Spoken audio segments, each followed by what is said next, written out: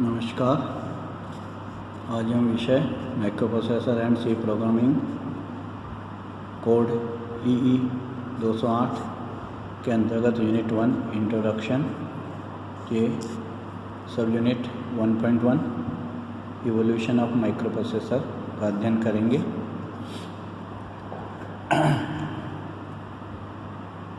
जब semiconductor materials का पता लगा, जो कि मोस्ट कॉमनली यूज्ड सिलिकॉन और जर्मेनियम है, उसके बाद डायोड, सेमीकंडक्टर डायोड्स इन्वेंट हुए। उसके बाद ट्रांजिस्टर, जो कि एक 3 टर्मिनल डिवाइस है, उसका इन्वेंशन हुआ। ट्रांजिस्टर्स के बाद जो टेक्नोलॉजी डेवलप हुई वो इंटीग्रेटेड सर्किट्स, यानी कि इंटीग्रेटेड सर्किट्स वो डिवाइसेज हैं जिसमें एक सिंगल चिप पर बहुत सारे ट्रांजिस्टर्स, डायोड, रेजिस्टर्स इत्यादि कंपोनेंट्स फैब्रिकेट किए जा सकते हैं। तो इससे लार्ज सर्किट्स को बहुत कम स्पेस में कॉम्पैक्ट डिज़ाइन करना पॉसिबल हुआ और फॉल्टलेस सर्किट्स डिज़ाइनिंग आसान हुई। इस टेक्नोलॉजी में भी, आईसी टेक्नोलॉजी में भी कई स्टेप्स आए। SSI, MSI, LSI, VLSI इत्यादि। जो SSI जो कि स्मॉल स्केल इंटीग्रेशंस को बताता है, यानी कि 10 तक कंपोनेंट जब हम एक सिंगल चिप पर फैब्रिकेट कर सकते हैं तो ये SSI कहलाता है। मीडियम स्केल जब हम 100 तक कंपोनेंट एक सिंगल चिप पर फैब्रिकेट कर पाते हैं, ट्रांजिस्टर, डायोड, रजिस्टर इत्यादि, तो वो टेक्निक कहलाती है मीडियम स्केल इंटीग्रेशन। जब 1000 तक कंपोनेंट एक सिंगल चिप पर फैब्रिकेट होते हैं, वो टेक्नोलॉजी कहलाती है LSI। जब 1000 से भी ज़्यादा कंपोनेंट एक सिंगल चिप पर फैब्रिकेट किए जा सकते हैं तो वो टेक्नोलॉजी कहलाती है वेरी लार्ज स्केल इंटीग्रेशन। जब लार्ज स्केल इंटीग्रेशन और very large scale integration invent हुए आईसी टेक्नोलॉजी में, तब कंप्यूटर्स की जो सेंट्रल प्रोसेसिंग यूनिट है उसको एक नई डिवाइस, जिसका कि नाम हम माइक्रो प्रोसेसर कहते हैं, उससे रिप्लेस की जा सकना संभव हो पाई। यानी कि CPU का जो सारा काम है वो ये माइक्रो प्रोसेसर कर देता है। तो ये एक तरह का प्रोसेसर है। माइक्रो इसलिए लगा कि इसके साइज काफ़ी छोटी होती है, इसलिए इसे नाम दिया गया माइक्रो प्रोसेसर। अब ये कैसे कैसे डेवलप हुए उसका हम यहाँ अध्ययन करेंगे। The first commercial microprocessor was Intel 4004, produced in 1971। ये जो पहला कॉमर्शियल माइक्रोप्रोसेसर जो यूज में आया वो इंटेल द्वारा बनाया गया था और इसका ब्रांड नेम जो था वो 4004 था। ये 1971 में मार्केट में लॉन्च हुआ। इसकी जो क्लॉक फ्रीक्वेंसी थी वो 740 किलोहर्ट्ज़ थी।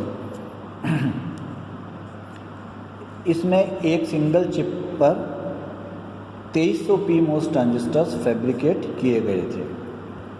और ये जो माइक्रो प्रोसेसर है वो 4 बिट माइक्रो प्रोसेसर है, यानी कि इसका CPU जो कि माइक्रो प्रोसेसर है वो एट ए टाइम 4 बिट को प्रोसेस करता है, यानी कि जिसकी जो डेटा बस है वो 4 बिट की है। तो इसलिए ये 4 बिट माइक्रो प्रोसेसर कहलाया। It was use in making a calculator with some other devices. इसका जो प्राइमरी यूज हुआ था वो कैलकुलेटर को बनाने में कुछ और डिवाइसेज की सहायता से वो उसका यूज था। With logic design and programming capabilities it became possible to change the function of a system rather redesigning the hardware. This factor push the evolution of MP, यानी कि माइक्रो प्रोसेसर। तो logic design और programming को change करके, बिना hardware को change किए हुए, हम फंक्शंस को चेंज, सिस्टम के फंक्शंस को चेंज कर सकते हैं। ये एक माइक्रो प्रोसेसर का बहुत बड़ा एडवांटेज था, जिससे कि हमें बार बार हार्डवेयर में चेंज नहीं करना पड़े। तो इसने माइक्रोवेव की यूटिलिटी को काफ़ी इम्प्रूव किया। In 1972, Intel powered 8-bit microprocessor produced 8-bit microprocessor 8008 इसके बाद 1972 में इंटेल ने 4 बिट की जगह 8 बिट माइक्रो प्रोसेसर इंट्रोड्यूस किया, जिसका कि कोड नेम था 8008। इट रिक्वायर्स 20 और more additional devices to function as a CPU। CPU की तरह काम करने के लिए इस माइक्रो प्रोसेसर के साथ 20 अन्य डिवाइसेस की और आवश्यकता रहती थी, और इसकी क्लॉक फ्रीक्वेंसी थी 500 kilohertz. In 1974, Intel produced 8-bit 8088. It requires 2 additional devices to function as a CPU. It has a much larger instruction set than 8008. It referred as a second generation microprocessor. जो इसकी clock frequency है वो 2 megahertz तक थी।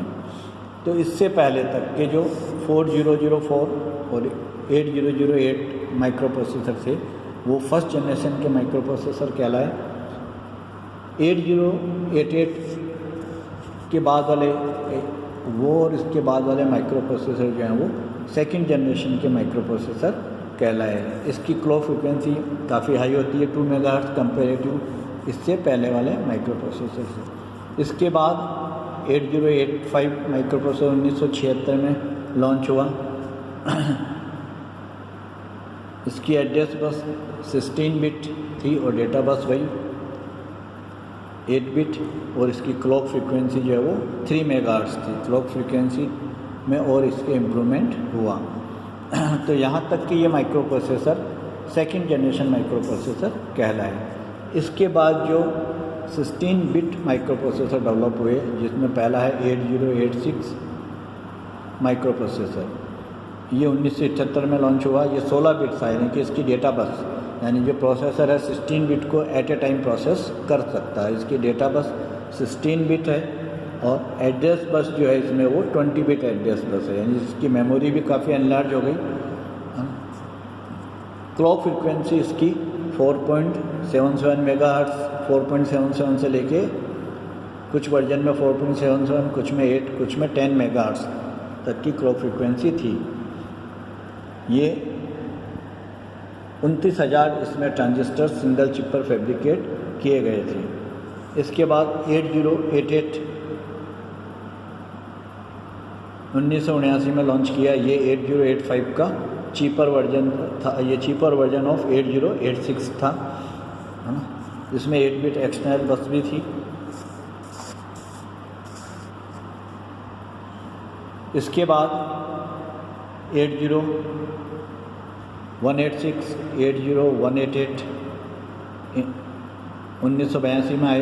इनकी clock frequency और ज़्यादा higher थी, 6 मेगाहर्ट्ज़ तक। इसके बाद 80286 आए, जो कि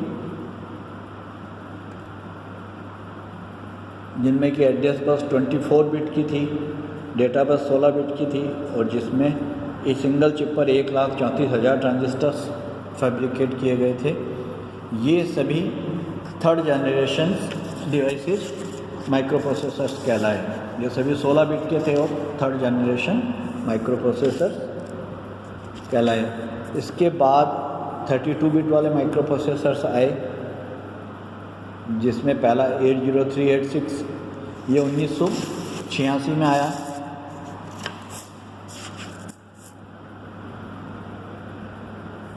इसकी data bus 32 bit, address bus भी 32 बिट, क्लॉक फ्रिक्वेंसी इसकी 16 से 33 मेगाहर्ट्ज़ तक थी, और इसमें 2,75,000 ट्रांजिस्टर सिंगल चिप पर फैब्रिकेट किए गए थे। इसके बाद 80486 माइक्रो प्रोसेसर आया इंटेल द्वारा 1986 में। इसकी क्लॉक फ्रिक्वेंसी 16 से 100 मेगाहर्ट्ज़ तक और 1.2 मिलियन ट्रांजिस्टर्स, इतने ज़्यादा ट्रांजिस्टर सिंगल चिप पर फैब्रिकेट किए जाना संभव हुआ। और इसमें कैश मेमोरी भी थी, 8 किलोबिट की कैश मेमोरी भी थी। इसके बाद पेंटियम 1993 में आया। तो ये सारे जो 32 बिट माइक्रो प्रोसेसर थे ये 4th जनरेशन माइक्रो प्रोसेसर्स कहलाए।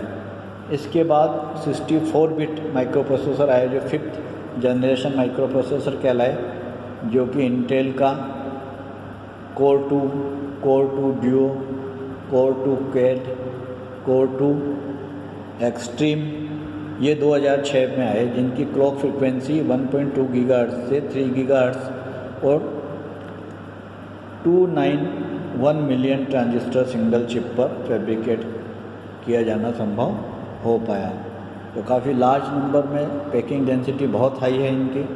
इसके बाद i3 माइक्रो प्रोसेसर आए 2007 में, इनकी क्लॉक फ्रिक्वेंसी और ज़्यादा है 2.2 to 3.3 गीगाहर्ट्ज़। इसके बाद i5 आए 2009 में, इसके बाद i7 2010 में, जिनकी क्लॉक फ्रिक्वेंसी 2.93 से 3.3 गीगाहर्ट्ज़ है।